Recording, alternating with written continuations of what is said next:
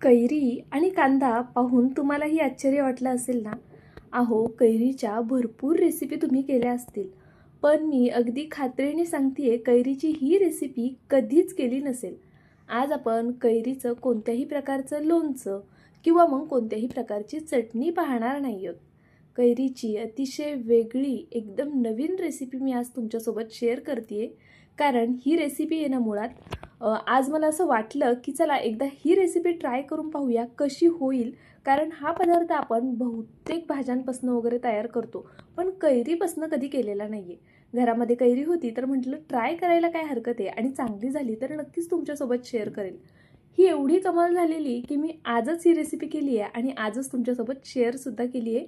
एवढी कमाल होती आहे. त्यामुळे व्हिडिओ पाहिल्यानंतरनं नक्कीच तुम्हीसुद्धा एकदा ट्राय करा बरं का. कारण ही रेसिपी आहे ना, करायला अतिशय सोपी आहे, झटपट होणारी आहे आणि खूप जास्त हेल्दीसुद्धा आहे. हेल्दी का हे पुढे तुम्हाला समजेलच. पहा, मी इथे एक लहान आकाराचा कांदा घेतला आहे. कांदा आता अशा पद्धतीने बारीक असा चिरून घ्यायचा. इथे मी संपूर्ण कांदा या पद्धतीने चिरून घेतला. कैरी आधी स्वच्छ धुवून घेतलेली आहे. त्यानंतरनं कैरीची देठाकडची जी बाजू आहे ती काढून घेतली. आता कैरी आपल्याला 2 भागांमध्ये अशी कट करून घ्यायची आहे. पहा, तुम्हाला किती जणांसाठी ही रेसिपी करायची आहे त्यानुसार तुम्हाला कैरी आणि कांद्याचं प्रमाण कमी जास्त करायचं आहे. मी इथे अर्ध्या कैरीचा वापर करते आहे, अर्धी कैरी साईडला ठेवून देणार आहे. ही रेसिपी मी 2 जणांच्या नाश्त्यासाठी करते आहे, त्यामुळे एवढी कैरी पुरेशी आहे. इथे पहा, अद्रक किसायची किसणी घेतली आहे मी, आणि अद्रक किसायच्या किसणीने मी ही कैरी किसून घेणार आहे. आता ही जी कैरी आहे ना, ती कवळी आहे, तिची साल खूप निबार नाही आहे, त्यामुळे मी अजिबात साल वगैरे काढणार नाही आहे. जर तुम्हाला साल काढायची असेल तर पिलरच्या मदतीने तुम्ही याची साल काढून घेऊ शकता. मी साल न काढताच ही कैरी छान अशी किसून घेणार आहे. पहा, अगदी मस्त अशी किसली जाते. बारीक किसणीनेच किसा, म्हणजे ती खायलासुद्धा छान लागते. चटणी दाखवत नाही आहे बरं का, त्यामुळे व्हिडिओ नक्की काळजीपूर्वक आणि शेवटपर्यंत पहा. आता इथे मी थोडंसं अद्रक घेतलं आहे. हे अद्रकसुद्धा आपण यावरती असं किसून घेऊया. तर पहा, थोडंसंच घ्यायचं आहे अद्रक, खूप जास्त घेऊ नका, आणि अद्रक किसूनच घाला. तुम्हाला हवं असल्यास तुम्ही अद्रक वाटूनसुद्धा घेऊ शकता, पण मी इथे किसूनच घेतलेलं आहे. तर पहा, आपला अद्रकसुद्धा छान असं किसून झालेलं आहे. आता याला अद्रक म्हणा किंवा आलं म्हणा, तर हे आपलं किसून झालं आहे. आता मी इथे 1 हिरवी मिरची घेतली आहे. तिखट तुमच्या आवडीनुसार कमी जास्त करा. मी हे लहान मुलांसाठी करते आहे, त्यामुळे मिरचीचं प्रमाण थोडं कमी ठेवलेलं आहे. 1च मिरची मी इथे घालणार आहे. बरं, मिरची आहे ना अशा पद्धतीने पहा, मधनं तिचे 4 भाग करून घेणार आणि मग मिरची चिरून घ्यायची. म्हणजे मग काय होतं ना, अगदी बारीक मिरची चिरली की मग जास्त तिखट लागत नाही मुलांना, अशी दाताखाली आली तरी. आणि मोठी मोठी चिरली तर या पदार्थातनं ही मिरची निवडणं थोडं अवघड जातं. तर मग त्यामुळे शक्यतो आहे ना, बारीक मिरची चिरून घ्या किंवा मिक्सरला फिरवून घेतली तरी चालेल. पहा, मी इथे अशाच पद्धतीने ही मिरची छान अशी बारीक चिरून घेतलेली आहे. आता आपली मिरची चिरून झाली, अद्रकसुद्धा किसून झालं. लगेचच आपण थोडीशी कोथिंबीर घेऊया.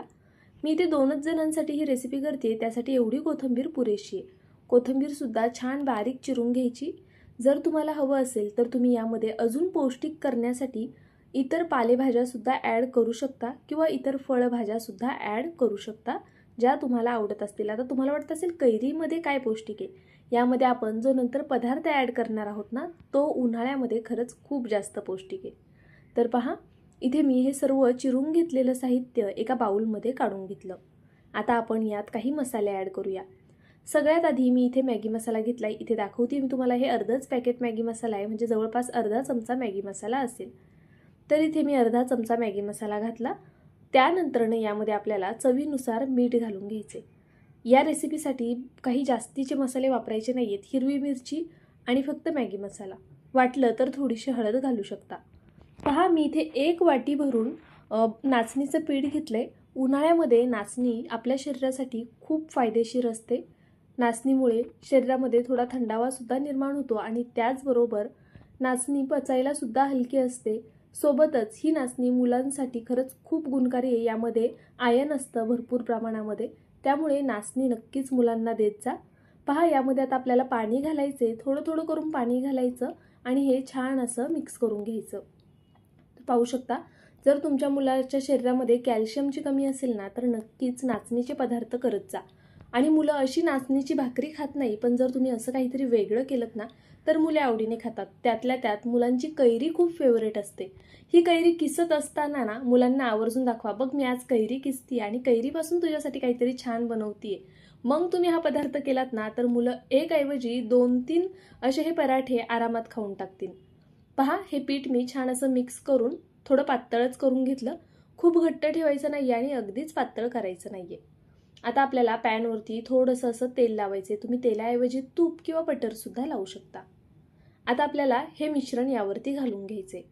तर पहा, मी इथे छोटे छोटेच असे याचे डोसे म्हणा किंवा मग डोसेच म्हणू शकतो शक्यतो आपण याला, असे डोसे करून घेणारे. खूप अप्रतिम होतात आणि इथे ना आता लाईट गेली आहे त्यामुळे तुम्हाला उजेडामध्ये थोडा फरक जाणवेल. तर पहा, इथे अशा पद्धतीने मी हे एक डोसा घालून घेतला. थोडा पातळ घालायचा, खूप जाड घालू नका, म्हणजे मग खायला छान लागेल थोडासा पातळ असेल तर. वरच्या साईडने सुद्धा मी थोडं तेल लावून घेतलं आणि आता हे पलटी करून घेऊया. पहा, अगदी सहज तव्यापासून वेगळे होतात आणि मस्त असे कुरकुरीत खमंग होईपर्यंत भाजायचेत. बरं, हे डोसे भाजत असताना ना गॅस मिडियम ठेवायचा. मिडियम फ्लेमवरच आपल्याला हे डोसे सगळे भाजून घ्यायचेत आणि थोडे असे कुरकुरीत करून घ्यायचे. आता मी वरच्या साईडने थोडंसं बटर लावते. पहा, अशा पद्धतीने बटर लावल्यामुळे ना याची चव अजून जास्त छान येते. जर तुम्हाला बटरऐवजी तूप वापरायचं असेल नक्कीच वापरू शकता किंवा फक्त तेलामध्ये केलेत ना तरीसुद्धा चालेल.